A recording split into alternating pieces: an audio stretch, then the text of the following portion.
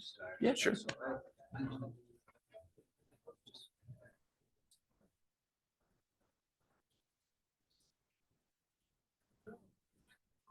Okay. Yeah. Stuff. Good afternoon, ladies and gentlemen. My name is David Wall. I'm Smurfit-Stone Professor of Irish Studies here on campus. And I am going to do my usual introductions in a couple of minutes. But before I do that, this year we're celebrating the 60th anniversary of UMSL. And as I tell everybody, I always like to think that I am younger than the university, but I'm not. And so one thing that we've done this semester is invite back our alums to perform. The poet Sally Van Doren came and read from her new book in September, and Timothy White gave a lecture on the peace process in October. And today we have Kevin Buckley, who is back to perform for us. So I'm going to ask Professor Lauren Westhoff, the chair of the history department, just to say a few words of welcome to Kevin.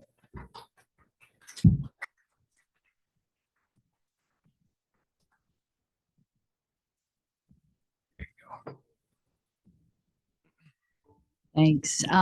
So wonderful to see you all. And Eamon, today is my birthday, and I'm just barely still younger than the university. So thank you. What a great idea to bring alums back as part of your professorship. And I'm really thrilled to be able to claim Kevin as an alum of the history department. I hope, Kevin, that your studies of history have helped shape your music, and that your music in turn has connected your audiences to the cultural and folk traditions of the Irish arts. Are any of you familiar with his work? Oh my gosh. So what a treat we have today. Welcome to you, Dan, too. I'm going to steal Eamon's comment that you're not an UMSL alum, but you're still working. So this is great. Welcome to campus today. So Eamon, if you want to tell them all about their great musical chops, and I'll enjoy.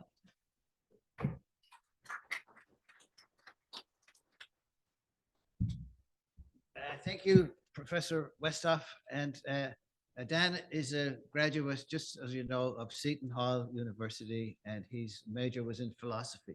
So he is a very learned and a very wise man. And of course, he's one of the humanities family as well, you know, which we are very happy about. So just welcome to everybody.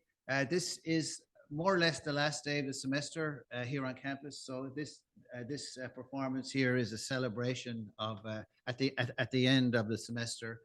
So I want to thank everybody here at the MSc, the Millennium Student Center, for facilitating this today, and to my colleague, as always, Bob L., who makes all the arrangements for these events, and to Leanna Constantine, who is the executive director of UMSL Global.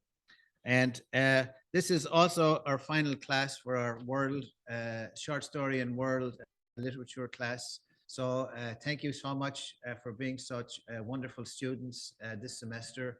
And just for a moment, we have two students here who are graduating. So would you mind just standing up? You know who you are. So can we give them a round of applause?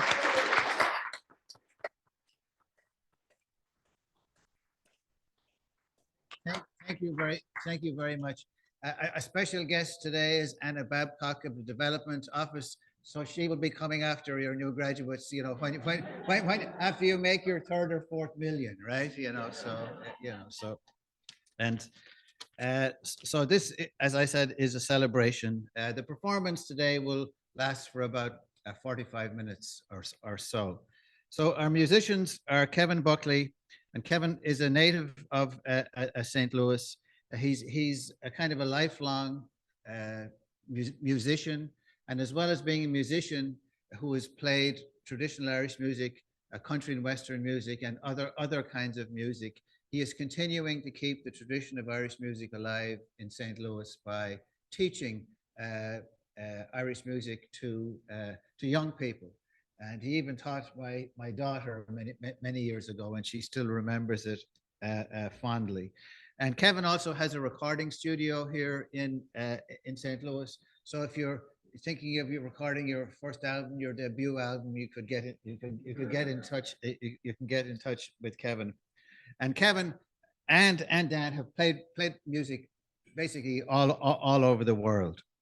And Dan Lowery is a native of Dallas, and he took up the tin whistle and the flute when he was beginning his journey as a musician. And he also, like Kevin, has performed widely in various ensembles, in various bands, and performed various kinds of music over the years.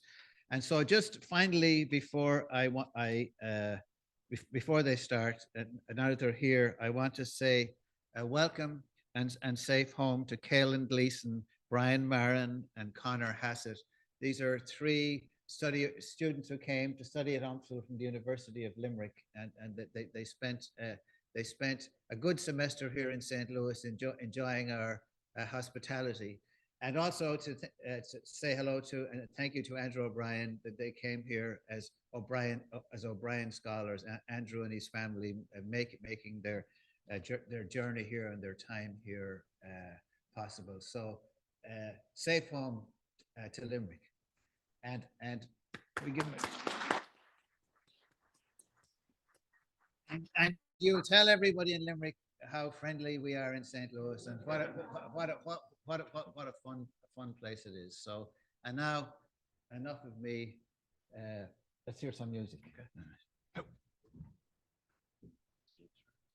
Sure. 222. 223. Okay. Well, thank you for all the wonderful introductions. We're gonna get right into it. We're gonna play a couple jigs for you that we got from. We call these the Frankie jigs because we got them from a recording of one of our favorite fiddle players named Frankie Gavin.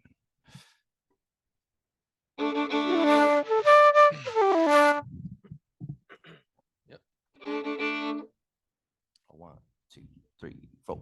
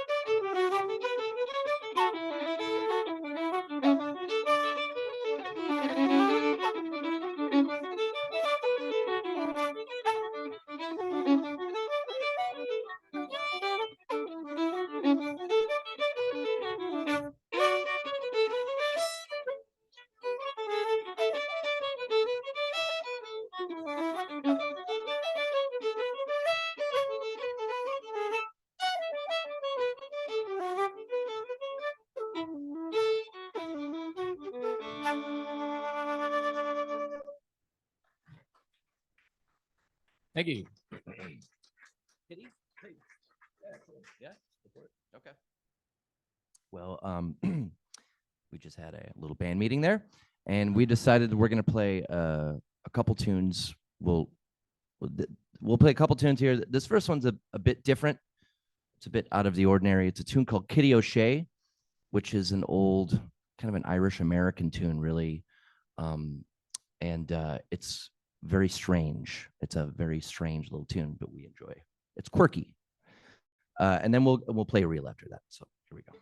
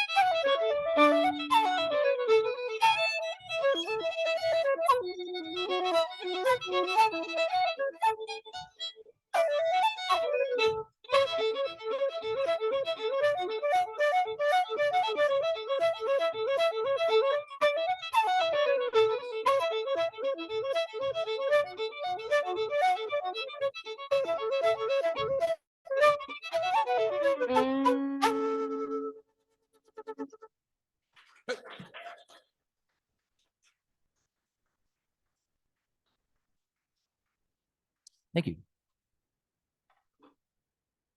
All right. Let's do something on guitar, maybe. Yeah, I got you. Yeah. Well, thanks, everybody.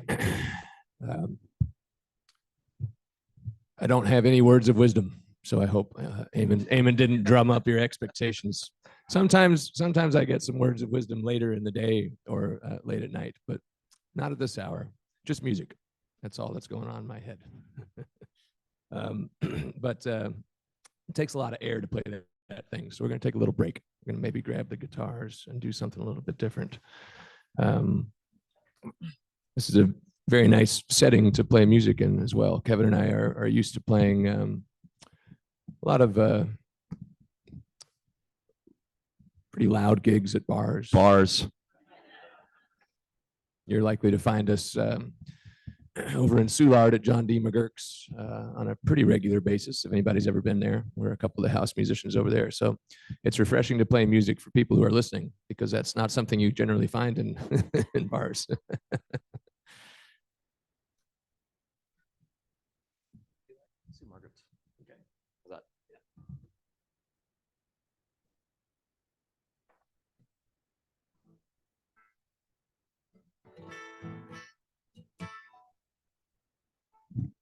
We're going to play a tune here called Margaret's Waltz. And I have to confess, probably the first time I ever heard the tune was Andrew O'Brien over there playing that back in the day. We'll play this for Andrew.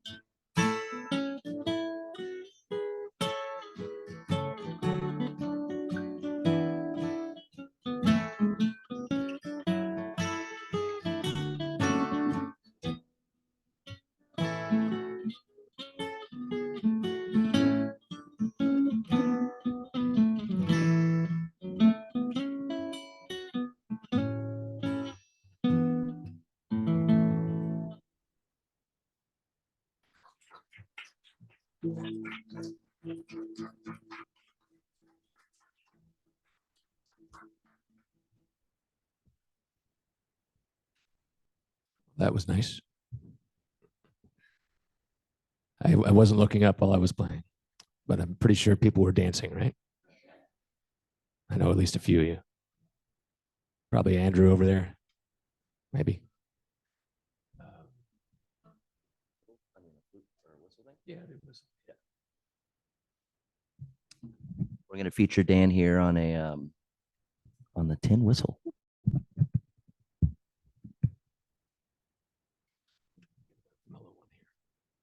Yeah, this is an Irish tin whistle, about the simplest instrument that you can try and figure out how to play. And they're pretty inexpensive too. You can get one of these for like 10 or 15 bucks at a music store. So it's an appealing prospect to a 10-year-old kid who wants to play music. This is the first instrument that I really started out on when I was 10 years old. I just heard a record in my dad's collection of vinyl records, and there's a great record from a band called the Boys of the Loch, and they were a band made up of musicians from Scotland and Ireland, and there's a great whistle player in there named Cathal McConnell, and he was the first whistle player I ever heard, and for some reason my 10-year-old brain thought I wanted to do that, and here I am today. So still at it, and I'm going to play a whistle. They're usually in a high-pitched key of D, and I'm going to have mercy on you all at this early hour of the day and play in the mellow key of B flat. I assure you, it's a good idea. I can see you all nodding approvingly there, whether you know what I'm talking about or not.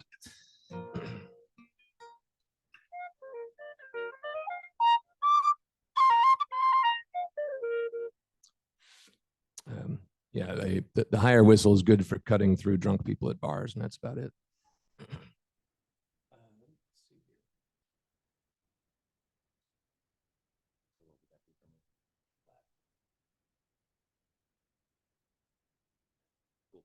Yep.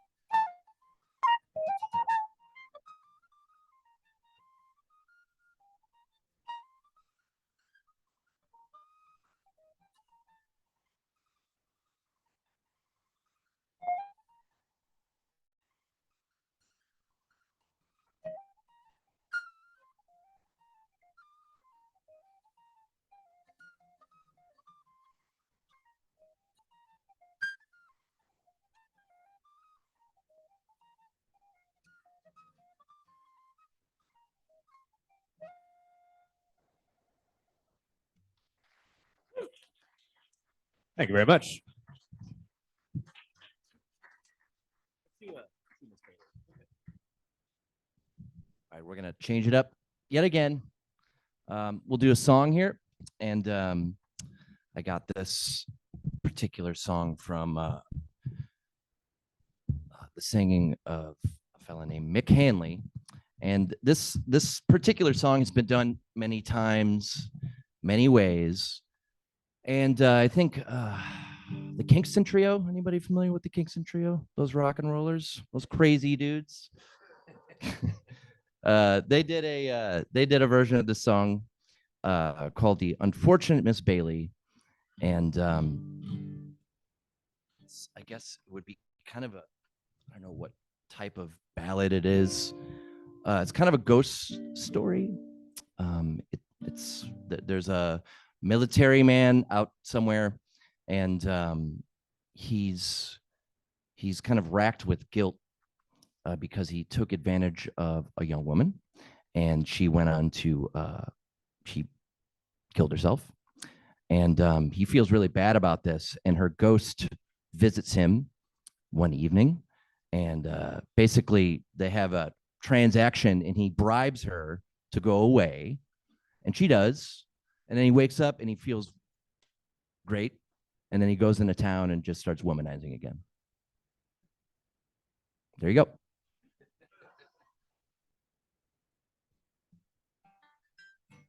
We'll do this one kind of acoustic style. One, two.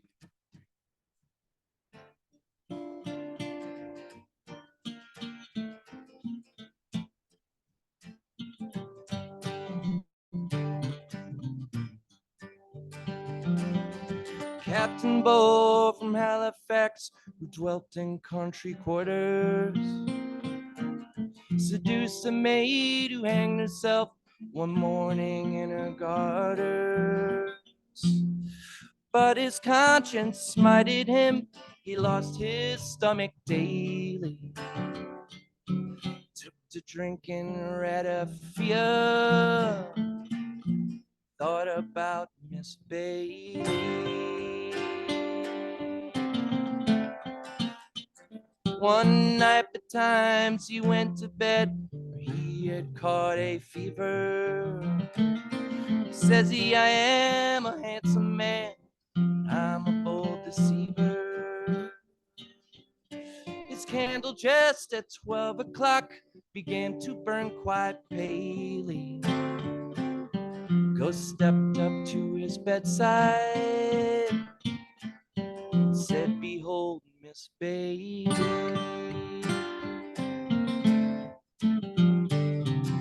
Good night to you, miss, and he cried, your face looks white and mealy.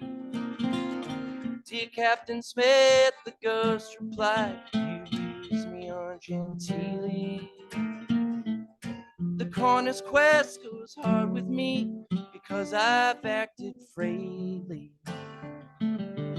Parson Biggs won't bury me, or I am dead, Miss Bailey.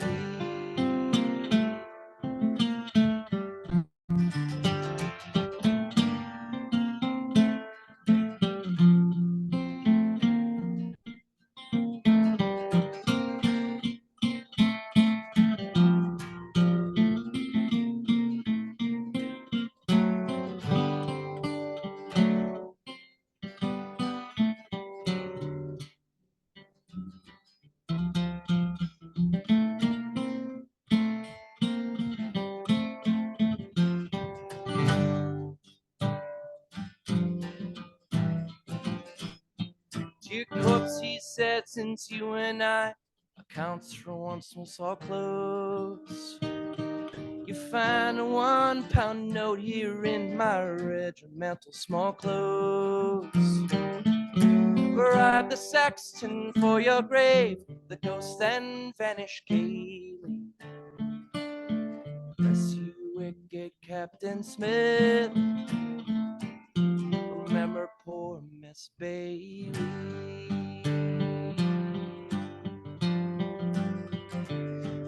captain, he got out of bed, his fever now departed, his appetite being keen again, town he quickly started.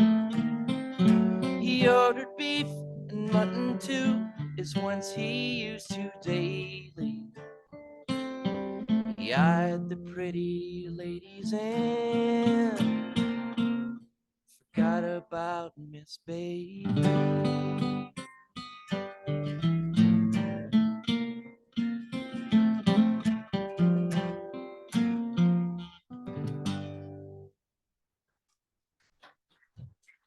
Thank you. Thank you very much. There is a last verse to that song, which is kind of a moral of the story verse, but I thought that was a little on the nose, so we left it kind of dark. If anybody wants to terrorize their family members this Christmas with a version of this song, I do have this on my CD, by the way, and Dan Lowery is playing on the track, of course, as well. So there you go. Thank you very much. Appreciate it. It looks like he only has 2 left there as well. So, you know, you got to get there quick. Yes, why? Well, supplies last. Why don't you play a flute guitar? Okay. Yeah.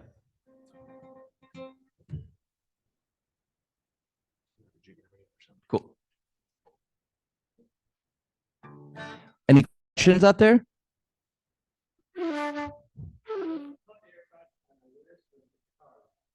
Okay. Yeah. Excellent question. Well, we'll finish off with the guitars. This flute, this is a wooden flute, an Irish flute. If you're used to the kind of typical silver classical flute, this is not that. This is the predecessor to that, and this would have been the style of flute that was played in classical music back in the 1800s, and this is a replica of a mid-19th century flute that was made about 20 years ago by a maker named Aaron Olwell in the foothills of the Appalachian Mountains out in Virginia. And he has a little shop out there. It has no water and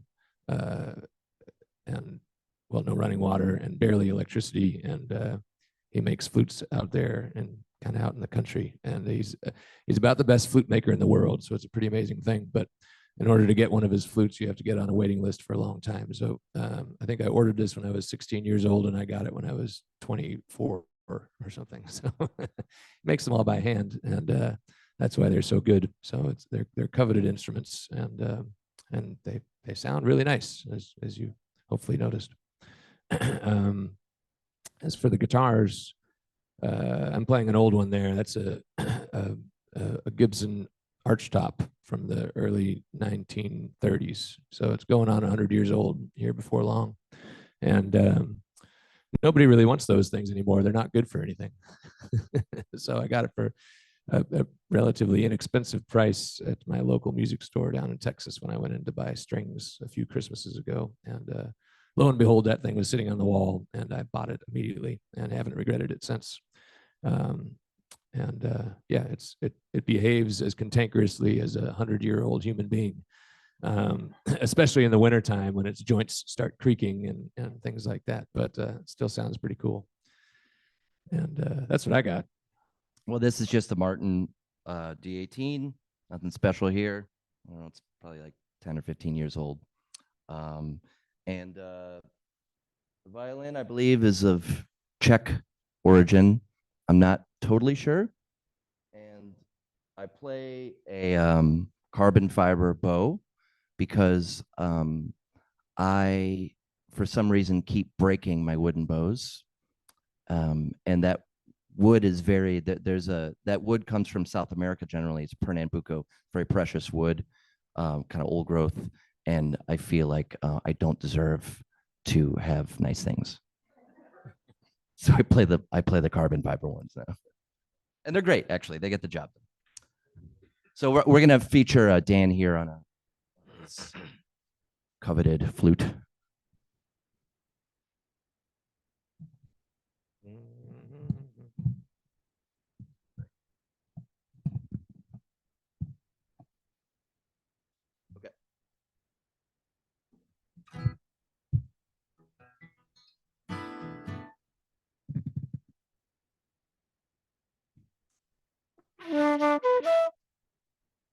Got to get the angles just right on this thing. Otherwise, you find yourself cramped up halfway through the tune. That's no good. Yeah, I think that's about right.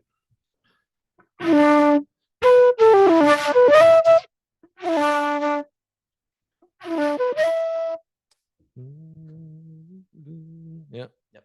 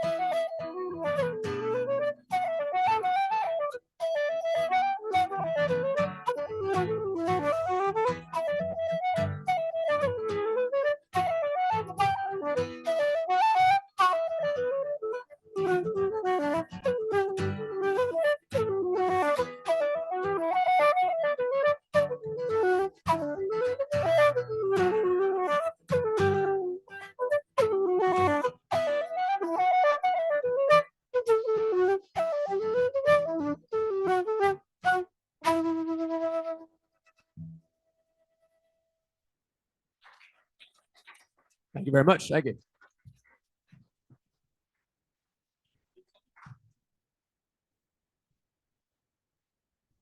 All right, we're gonna do something different here. We'll play another song from my album. It's a tune called Marcel, Marcel, and it's a French tune that I got from a great accordion player named Johnny Conley.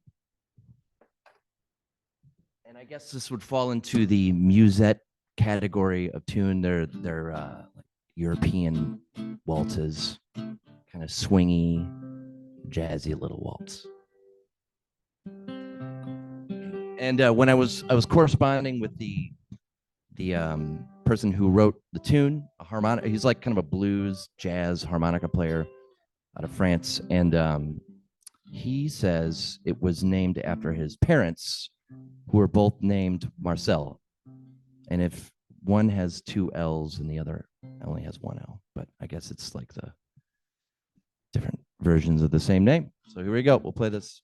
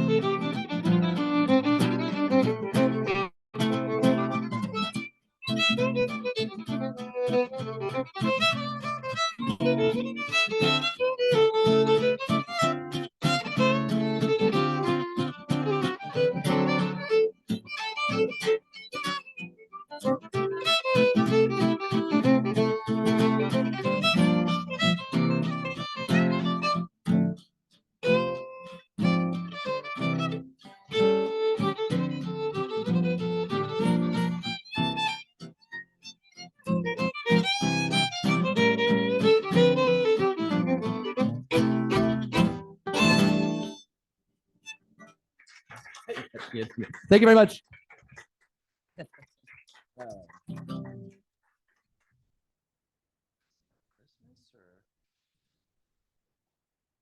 Yeah. Right. We're gonna play some Christmas music.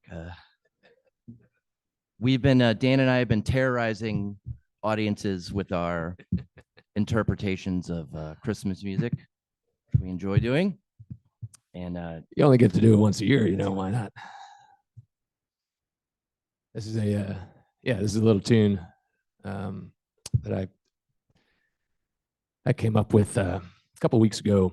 There was a great a fiddle player in New York City, originally from Alaska, named Caitlin Warbelow, and she did this wonderful thing during the pandemic, where she created a little website called Tune Supply, and it allowed musicians to contribute videos of themselves playing and to provide lessons for other people to help them get through the isolation of the pandemic. And so it's a great website called tunesupply.com or .org or something like that. And we all contributed videos and kind of helped the Irish community get by, the Irish music community, through all of that. And she resuscitated it this year to do a cool thing called the Tradvent calendar. And Irish musicians contributed videos. And if you purchased the calendar, then you would get a new video every day during the Advent season of somebody playing something on a traditional Irish instrument. So I don't think it necessarily had to be Christmas themed, but I felt that was appropriate. And so I tried coming up with a way of playing one of the melodies I grew up with from one of the old hymns. And the first one I tried seemed to work pretty well. So we're going to try that now and see if it does in fact work. We don't know. It's an old song called "It Came Upon a Midnight Clear," which you probably know. Should we give this a shot? Yeah, I think we should. All right.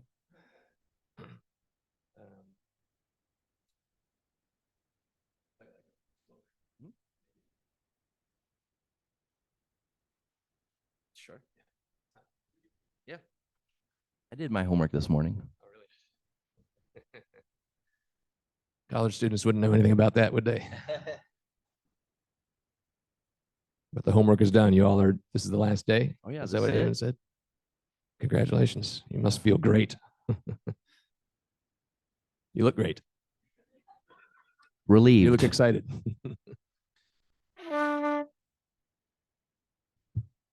Yeah, so I kind of had some fun coming up with some variations on the melody. So I'll play it first as a what they call in Irish music a slow air, which would be sort of a piece not for dance music, just a kind of slow and moody piece of music. And then we'll get to the hymn from there, and then we'll extrapolate beyond there. It might turn into something you could dance to if you wanted to.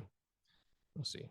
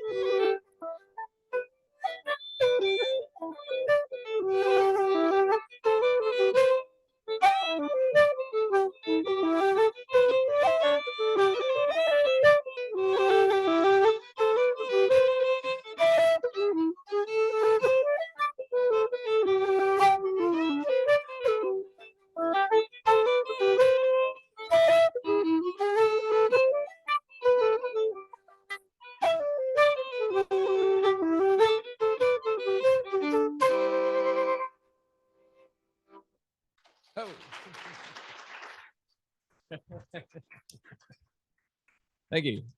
Served in many different ways there. Any other questions we can take from you guys? Yeah. All right. Oh, that's a good question. I'm checking for my sanity for one, you know, that's one way to just see if things are lined up or not. But well, I guess there's three or four, or there's four joints on that flute, and on each piece there's, you know, different fingering holes or the embouchure hole or keys or whatever, and they all have to be lined up and for your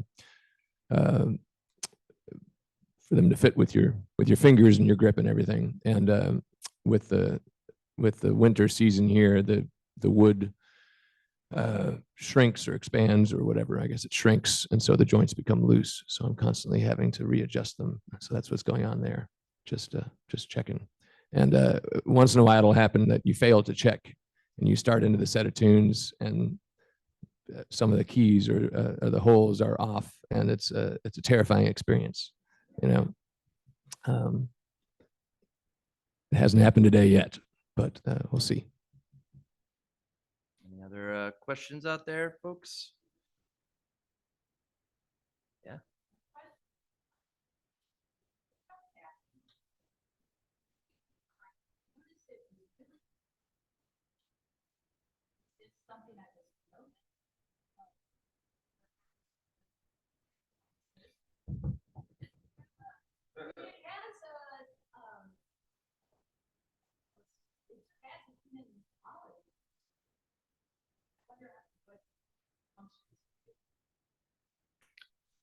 Well, I when you're playing music like we are right now, we're very exposed. Like there, I mean, I played a little guitar, and we backed each other a bit, but you kind of need all the help you can get, I suppose. So it's a way to accompany yourself, but it also depends on kind of what the context of the performance is and what the room is like. I mean, this is a kind of a hollow box we're sitting on, so you know, it kind of lends itself a bit. It can get out of hand. Certainly, it can be too much, but it does happen naturally, I think.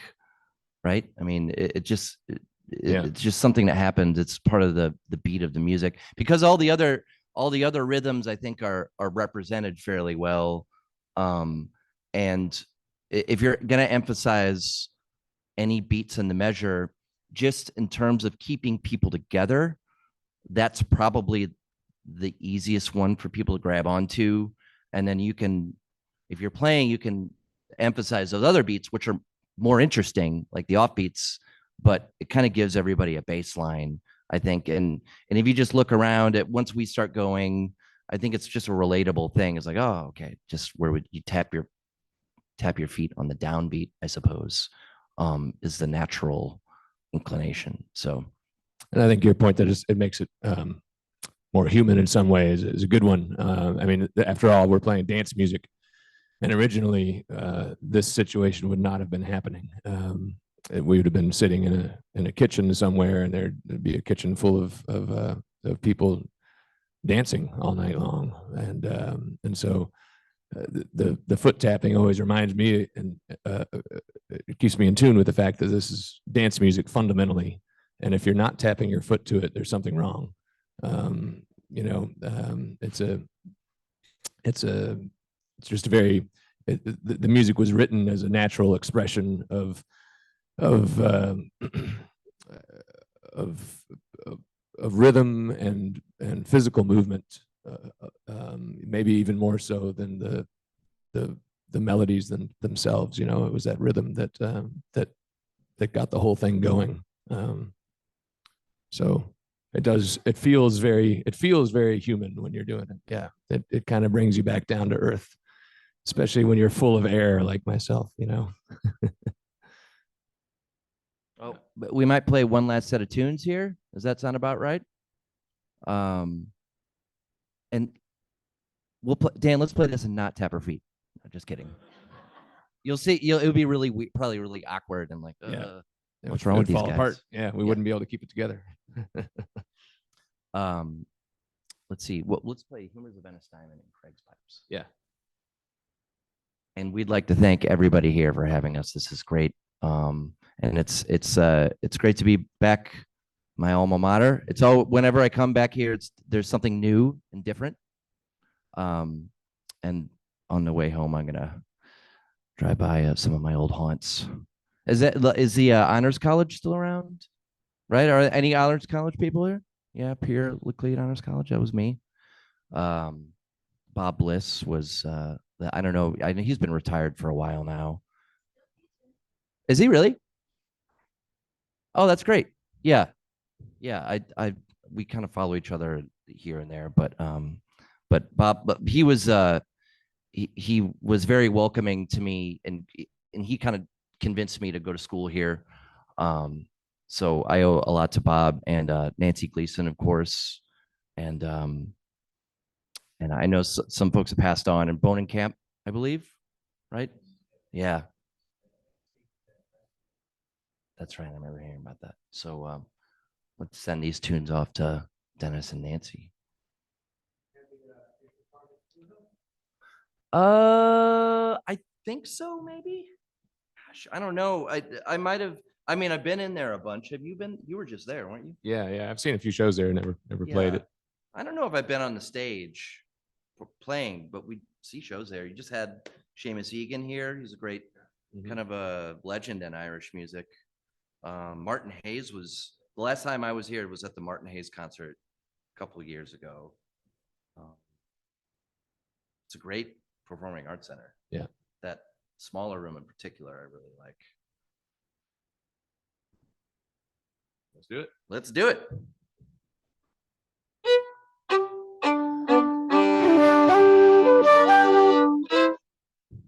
Okay. 1, 2, 3, 4.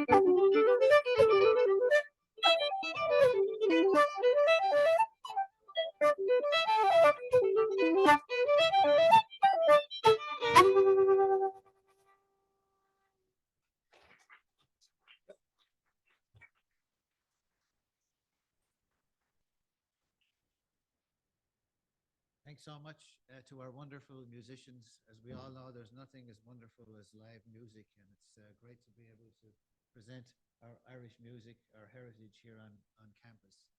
Thank you so much to all of our students and to everybody from our community for coming out today. And we wish you a happy holiday, Merry Christmas, Happy Hanukkah, Happy Kwanzaa, whatever you celebrate this season, or if you don't celebrate anything, we wish you a happy times. And we will be back at UMSL with more Irish programming in the new year. So one last time, a round of applause. Thank you.